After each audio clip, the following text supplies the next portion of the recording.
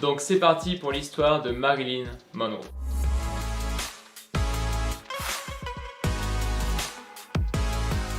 Alors, Marilyn Monroe est née en 1926, elle est morte en 1962, donc c'est une histoire quand même qui date un petit peu, donc il faudra remettre un petit peu des fois les choses dans leur contexte de l'époque. Marilyn commence sa vie avec une enfance pas vraiment facile, en fait elle va jamais connaître son père, et toute sa vie elle va essayer un petit peu de chercher ses origines, mais elle va jamais savoir vraiment qui est son père, sa mère elle-même ne sait pas qui est son père. Et pour couronner le tout, à l'âge de 4 ans, sa mère va être internée en hôpital psychiatrique avec sa grand-mère qui était déjà là-bas. Et Marilyn va être placée dans une famille d'accueil où elle va subir pas mal de harcèlement, d'attouchement, tout ça. Et à l'âge de 16 ans, elle va trouver un travail et se marier pour pouvoir échapper à cette famille d'accueil qui était assez violente avec elle. Donc déjà à 16 ans, elle a quelques séquelles de son enfance. Le fait de jamais avoir connu son père va la travailler toute sa vie. Donc une enfance pas vraiment facile pour Marilyn, mais elle va arriver à échapper à tout ça. Et donc elle va trouver un job dans une usine où ils fabriquent des hélices d'avion. Et un jour, elle va faire une publicité totalement par hasard. Et elle va faire cette affiche qui va un petit peu lancer sa carrière de mannequin. Et donc elle va être repérée, on va commencer à signer des petits contrats, hein, c'est pas des gros chèques à l'époque. Si vous avez vu ma vidéo sur Elite, vous savez qu'avant 1950, les mannequins sont très peu payés. Mais Marilyn va quand même arriver à se faire un petit peu de sous. Elle va pouvoir quitter son job et se payer des cours de théâtre pour se lancer dans le cinéma. Pour rentrer dans le cinéma, elle va totalement changer d'identité. Il faut savoir qu'elle est née sous le nom de Norma Jean Mortensen et qu'elle va changer de nom pour Marilyn Monroe, Monroe qui était le nom de famille de sa grand-mère. Et elle va aussi se faire une teinture blonde et changer sa coupe de cheveux. Donc avant elle était brune et elle va créer un personnage un petit peu plus libéré, qu'on pourrait qualifier presque de libertine pour l'époque, et un petit peu incarner l'image d'une femme qui assume ses désirs. Elle va commencer à faire quelques tournages, elle va faire 3-4 films où elle aura des petits rôles, mais toujours dans cette image d'une femme très séduisante et très affirmée. Et en fait, les mises en scène dans le cinéma vont faire en sorte que, en tant que spectateur, on la voit justement comme une femme assumée. Et au bout de 2 ou 3 ans de cinéma, elle va avoir vraiment un premier gros rôle dans All About Eve, et sa carrière va commencer à décoller. Et cette image de femme un peu séduisante va être accentuée par les réalisateurs dans le cinéma. Par exemple, on va avoir une scène où tout est sombre et il y a juste une lumière qui est plongée sur Marilyn et tous les regards se tournent vers elle. Il y a souvent des scènes où elle danse un petit peu toute seule pour elle-même et on voit quelqu'un qui la regarde de loin. Et en fait, la mise en scène, l'éclairage, tout ça fait en sorte qu'on perçoive Marilyn comme quelqu'un de très séduisante et de très libéré. Et en plus, ça colle extrêmement bien avec son personnage de Marilyn Monroe qu'elle a créé. Et en fait, la mécanique va vraiment prendre. Et dans le cinéma, tout comme dans les médias, tout comme dans les journaux, Marilyn va incarner l'image de l'américaine des années 50-40. Mais il ne faut pas oublier que ce personnage s'est créé sur une base pas très solide, d'une enfance un petit peu traumatisante, de la recherche d'un père qu'elle n'aura jamais.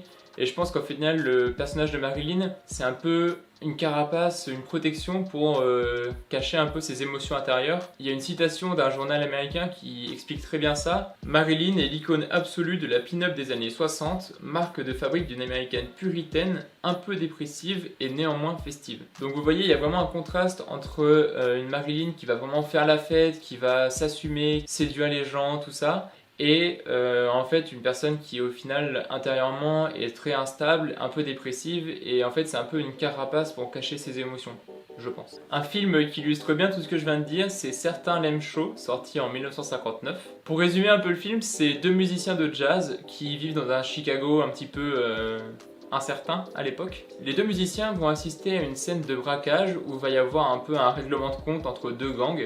Et pour pas être vus comme témoins, ils vont se travestir et partir de Chicago. Sur leur route, ils vont rencontrer une chanteuse de jazz, Marilyn Monroe, qui sera la personnage principale de ce film. Le principe du film, c'est que ces 2 gars qui sont déguisés en femmes vont tomber amoureux de Marilyn et essayer de la séduire, mais sans dévoiler que ce sont eux-mêmes des hommes.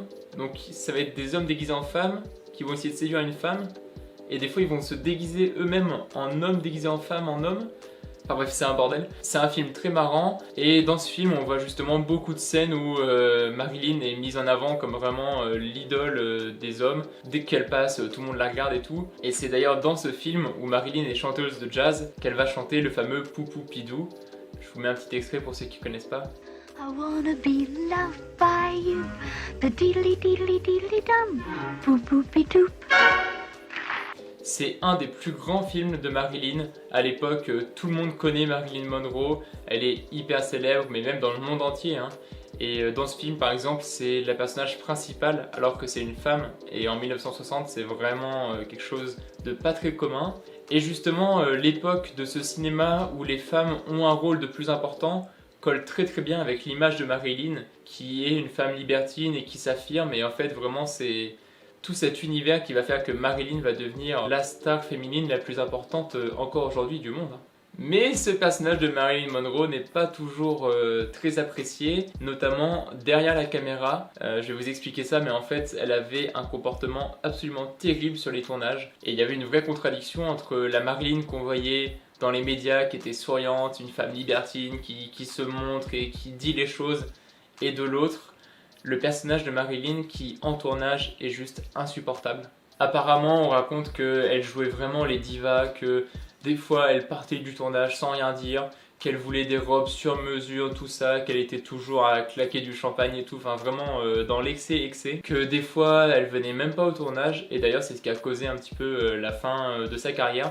Elle a signé un dernier film en 1962, je crois, et en fait, elle est juste pas venue au tournage pendant les 3 premières semaines. Donc elle a été virée, et ce sera son dernier film. Et d'ailleurs, dans ce film, Certains l'aiment chaud, il y a une scène où Marilyn Monroe va embrasser un acteur dont j'ai oublié le nom, et Marilyn va volontairement ou involontairement, je sais pas, parce que c'était autre chose aussi, elle arrivait sur les tournages des fois complètement éclatée, du coup elle oubliait son texte et il fallait refaire des scènes. Et justement dans ce film, il y a une scène de baiser entre les deux héros principaux de l'histoire, et Marilyn va refaire la scène 70 fois avant qu'elle soit bonne. Et ce monsieur qui s'est fait embrasser 72 fois par Marilyn Monroe, c'est quand même quelque chose d'assez cool, pour vous donner un peu une idée du personnage, il a dit que c'était comme embrasser Hitler. Donc à l'époque, en 1959, c'est quelque chose vraiment de très violent, et dire ça dans les médias, c'est un peu terrible, et ça vous donne bien une image du personnage de Marilyn devant la caméra. Donc si je résume, Marilyn, elle connaît une enfance difficile, à 16 ans, elle fait ses premiers tournages, à 26 ans, elle a déjà bien tourné, elle a fait beaucoup de films, elle commence à vraiment être très connue. Pour être connue, elle s'est payé des cours de théâtre avec l'argent qu'elle a fait avec du mannequinat. Sa carrière va vraiment prendre son envol, elle va être très très célèbre. Il y a un point qu'on n'a pas trop abordé dans l'histoire de Marilyn et qui pourtant est très connu, on va dire, ce sont ses conquêtes masculines. Il faut savoir que Marilyn a eu beaucoup d'amants et beaucoup d'hommes dans sa vie. Le tout premier homme qu'elle a connu étant pour échapper un petit peu à sa famille d'accueil. Elle va très vite divorcer de lui et elle va rencontrer en 1952 Joe DiMaggio. Pour vous donner un petit peu le contexte, Joe DiMaggio c'est un joueur de baseball italien, j'imagine. C'est un petit peu l'équivalent de LeBron James ou Cristiano Ronaldo aujourd'hui. Donc juste pour vous donner un peu, voilà, hein, ça calme un peu tout le monde. Mais Joe DiMaggio est quelqu'un de très macho, très jaloux. Il va engager des détectives privés pour faire suivre Marilyn tous les soirs partout où elle va. Et il y a une histoire comme quoi il pense qu'elle le trompe. Du coup il va aller péter la gueule à quelqu'un dans une maison. En fait il s'est trompé de maison, c'était une vieille dame, elle a porté plainte, laisse tomber. Et au final son mariage va s'arrêter même pas un an plus tard. Parce qu'il va y avoir la scène du film où vous savez la jupe de Marilyn s'envole comme ça sous la bouche d'aération. Et là Joe il a vu ça, il a pété un câble et il a dit c'est fini, je veux plus entendre parler de toi. Oh, do you feel the breeze from the subway? Isn't it delicious? Donc divorce, ensuite elle va rencontrer un autre homme quelques années plus tard qui est Arthur Miller, c'est un écrivain qui va être beaucoup plus vieux qu'elle. Et en fait on raconte que Marilyn a toujours été attirée par les personnes plus vieux qu'elle et surtout plus instruit. Il y a des hypothèses qui en fait disent que comme Marilyn n'a pas connu de père, sa maman et sa grand-mère étaient en hôpital psychiatrique, elle se sent elle comme étant un peu déficiente mentalement et elle va toujours rechercher quelqu'un qui la fasse rêver, qui soit au-dessus d'elle. Et il y a une note comme quoi elle confiait à une copine de l'époque que son fantasme c'était de coucher avec Einstein qui vivait à cette époque finalement.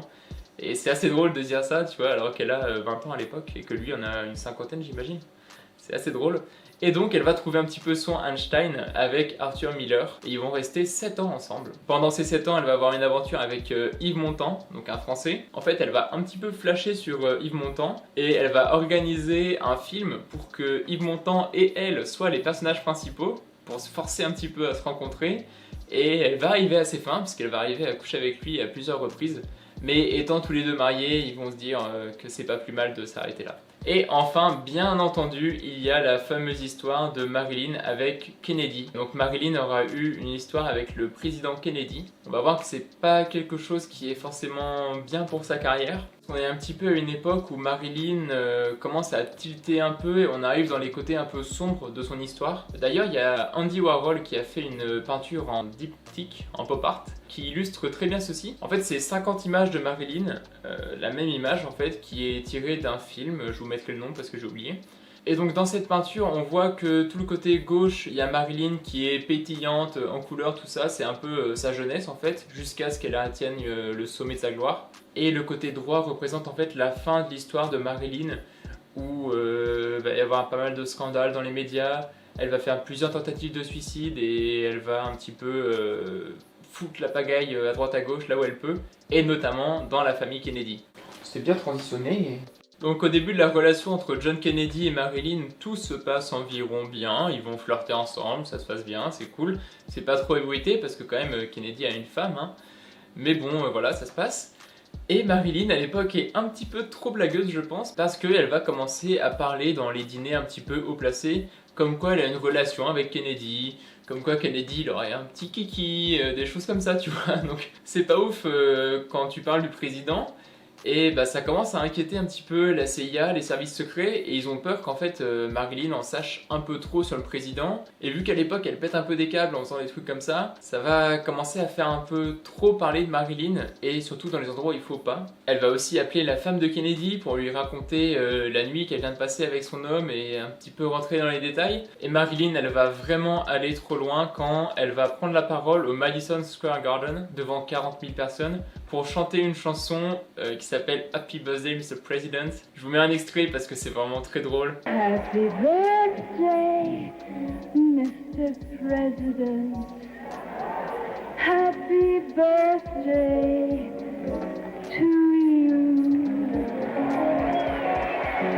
Donc s'imaginer qu'elle a chanté ça devant 40 000 personnes, plus la télé et tout, ils ont dû péter un câble à la CIA. Et en fait le fait est qu'elle est morte 2 ou 3 mois plus tard, et je pense que c'est vraiment ça qui a causé sa mort. Donc le 5 août 1962, à l'âge de 36 ans, Marilyn est retrouvée morte dans son lit, un téléphone à la main. Il y a beaucoup de rumeurs sur sa mort, je vais pas rentrer dans les détails parce que en vrai je trouve que c'est pas spécialement important. En gros certains disent qu'elle s'est suicidée, et c'est d'ailleurs la thèse officielle. Certains disent que la famille Kennedy l'a fait tuer parce qu'elle était allée trop loin finalement et que c'était plus possible. Et d'autres disent que c'est la CIA ou les services secrets américains qui l'ont fait assassiner par peur qu'elle dise de la merde ou qu'elle en sache un petit peu trop sur la famille Kennedy. Dans tous les cas, la fin de la vie de Marilyn est assez triste, et d'ailleurs sa carrière s'est finie très rapidement parce que comme je vous disais, son dernier film était en 1962. Elle est pas venue au tournage, elle s'est faite virer et à peine 6 mois plus tard elle était déjà morte. Donc en fait sa vie est passée très vite mine de rien,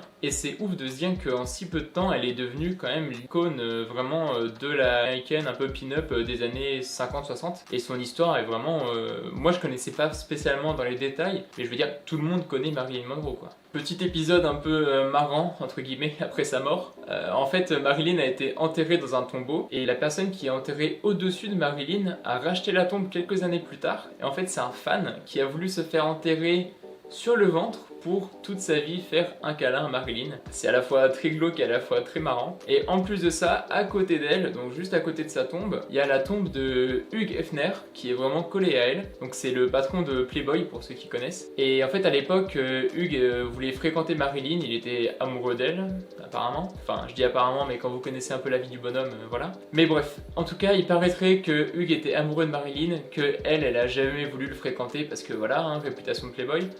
Et en fait il a racheté des millions d'euros le droit d'être à côté d'elle, et donc Hugh Hefner s'est fait enterrer juste à côté de Marilyn. Donc la pauvre repose dans son tombeau au-dessus d'un mec qui veut l'embrasser pour l'éternité, et à côté d'Hugh Hefner qui voulait presque la violer quoi. Donc désolé Marilyn, mais pour te consoler, il y a quand même souvent des gens qui viennent faire des bisous sur sa tombe au rouge à lèvres, et c'est très souvent sur le tombeau qu'on voit des petits bisous. C'est quand même assez beau. Enfin voilà, j'espère que ça vous a plu. Moi j'ai vraiment bien aimé faire cet épisode, j'ai appris beaucoup de choses. Au final je me rends compte que je connaissais pas du tout sa vie. Merci beaucoup d'être resté jusqu'ici.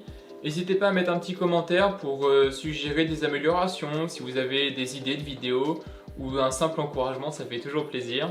Le petit pouce bleu, follow Instagram, tout ça, on connaît. Et si vous pouvez partager cette vidéo sur vos réseaux sociaux, ce serait vraiment incroyable. C'est vraiment comme ça qu'on se fait connaître et que la chaîne elle progresse. Donc, faites-le. Voilà, c'est tout. Si vous aimez bien regarder, vous partagez et voilà, c'est comme ça que ça marche. Allez, bisous!